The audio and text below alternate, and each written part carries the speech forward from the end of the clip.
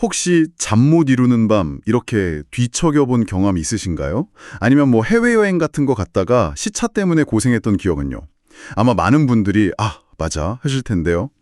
오늘은 바로 이 잠과 정말 때려야 뗄 수 없는 흥미로운 물길이죠. 멜라토닌에 대해 저희가 자료들을 바탕으로 좀 깊이 이야기 나눠보겠습니다. 네, 이게 우리 몸이 스스로 만드는 호르몬인데 또 다양한 형태로 우리가 접하기도 하잖아요. 맞습니다. 근데 이 자료들을 이렇게 쭉 보니까 멜라토닌이 뭐랄까 마냥 단순하지만은 않은 것 같아요. 그냥 자연스러운 수면 유도제? 이렇게 생각하기 쉬운데 주의해야 할 점들이 생각보다 꽤 많이 언급되고 있거든요. 네, 바로 그 지점이 오늘 우리가 좀 주목해야 할 핵심입니다.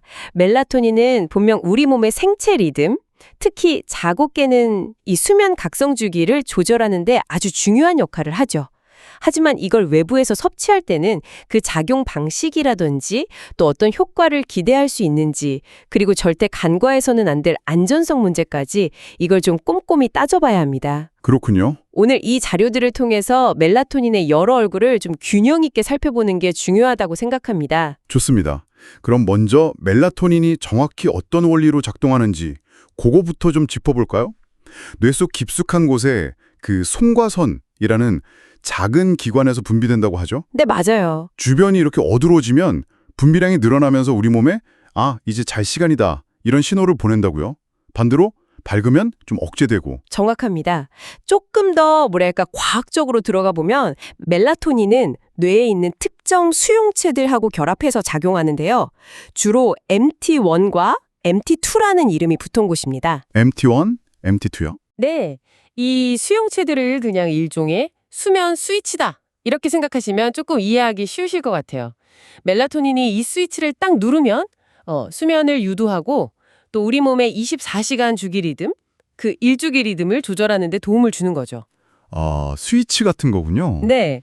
그리고 흥미로운 점은 이 멜라토닌이나 혹은 그 멜라토닌 생성을 돕는 성분, 예를 들면 트립토판 같은 거요. 이런 게 바나나나 우유, 체리, 견과류 같은 식품에도 소량이지만 포함되어 있다는 점도 자료에서 언급하고 있습니다. 정말요? 그냥 호르몬인 줄만 알았는데 음식에도 들어있다니 좀 신기하네요. 네, 물론 음식에 든 양만으로는 수면에 큰 영향을 주긴 어렵다는 의견도 있지만요. 그렇군요. 그럼 사람들이 멜라토닌 보충제 이걸 찾는 가장 큰 이유는 역시 불면증이나 시차 적응 이런 거겠죠? 네, 맞습니다. 자료들을 보니까 특히 연세가 좀 있으신 분들, 55세 이상 분들의 단기 불면증이나 아니면 비행기 여행 후에 시차 때문에 피곤할 때, 그럴 때 좀 사용하는 것 같아요. 네. 그 부분에 대한 연구 결과들이 꽤 제시되어 있습니다. 특히 그 시차 증후군 같은 경우 목적지에 도착해서 며칠간 멜라토닌을 복용하는 것이 증상 완화에 도움이 될 수 있다. 이런 증거들이 좀 있죠. 시차 적응에는 효과가 좀 있군요. 네. 또 잠들기 어렵거나 수면의 질이 좀 낮다고 느끼는 경우에요. 이걸 단기적으로, 그러니까 최대한 13주 정도까지 사용했을 때 수면의 질이 좀 개선된다거나 잠드는 데 걸리는 시간이 좀 줄어든다거나 아니면 낮 동안의 활동성이 좀 좋아졌다. 이런 긍정적인 효과가 관찰되었다는 연구들도 있습니다. 단기적으로는 꽤 도움이 될 수 있겠네요. 중요한 점이 있습니다. 이 자료들이 하나같이 지적하는 건데요. 만성적인, 그러니까 아주 오랫동안 지속되는 그런 불면증에 대해서는 그 효과를 명확하게 입증하는 근거가 아직은 부족하다는 겁니다. 그러니까 잠깐 잠 못 자는 거나 시차 문제에는 괜찮을 수 있어도 오랫동안 잠 못 자는 만성불면증에는 아직 효과 있다. 이렇게 말하기는 좀 어렵다는 거군요. 그렇죠. 근거가 좀 더 필요하다는 입장인 거죠. 네. 여기서 그럼 자연스럽게 안전성 문제로 넘어가게 되네요.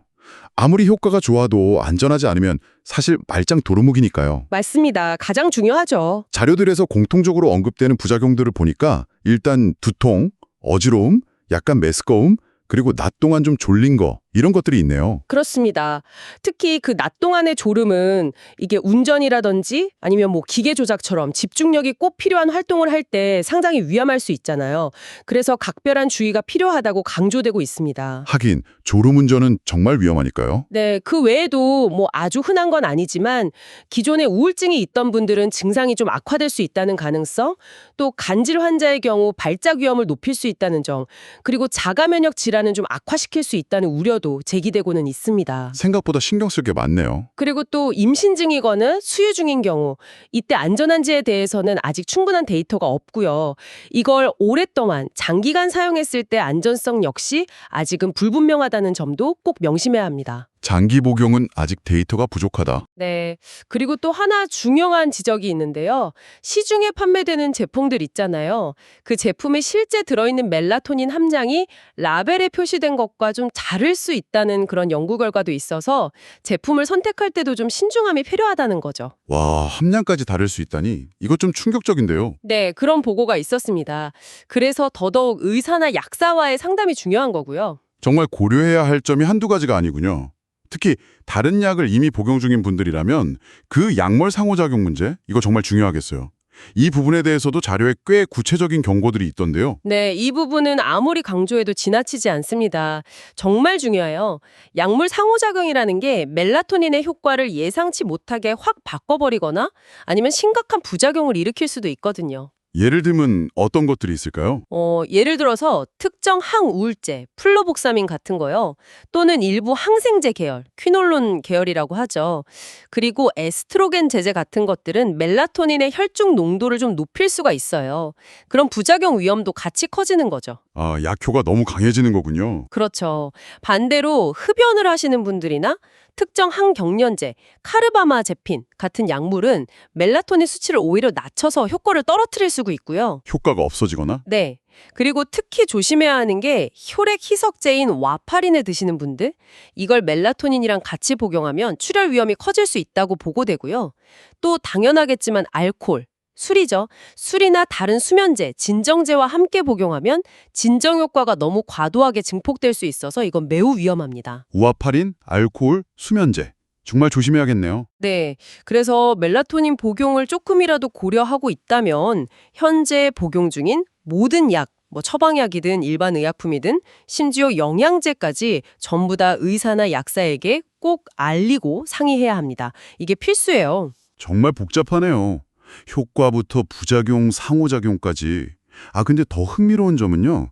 이 멜라토닌을 관리하는 방식이 나라마다 다르다는 거예요. 아, 그렇죠. 미국 같은 곳에서는 그냥 건강기능식품처럼 마트나 약국에서 비교적 쉽게 구할 수 있는데 한국을 포함한 다른 여러 나라에서는 의사의 처방이 꼭 필요한 전문의약품으로 분류되어 있다고요? 맞습니다. 이게 멜라토닌이라는 성분을 바라보는 각국의 규제기관의 시각 차이를 아주 잔적으로 보여주는 예라고 할 수 있습니다. 시각 차이라면요? 그러니까 한쪽에서는 이걸 좀 자연 유래 성분으로 보고 접근성이나 편의성을 좀 더 중시하는 경향이 있는 반면에 다른 쪽에서는 이걸 어쨌든 호르몬 제제로 보고 잠재적인 위험성이나 오남용 가능성을 고려해서 좀 더 엄격한 관리가 필요하다고 판단하는 거죠.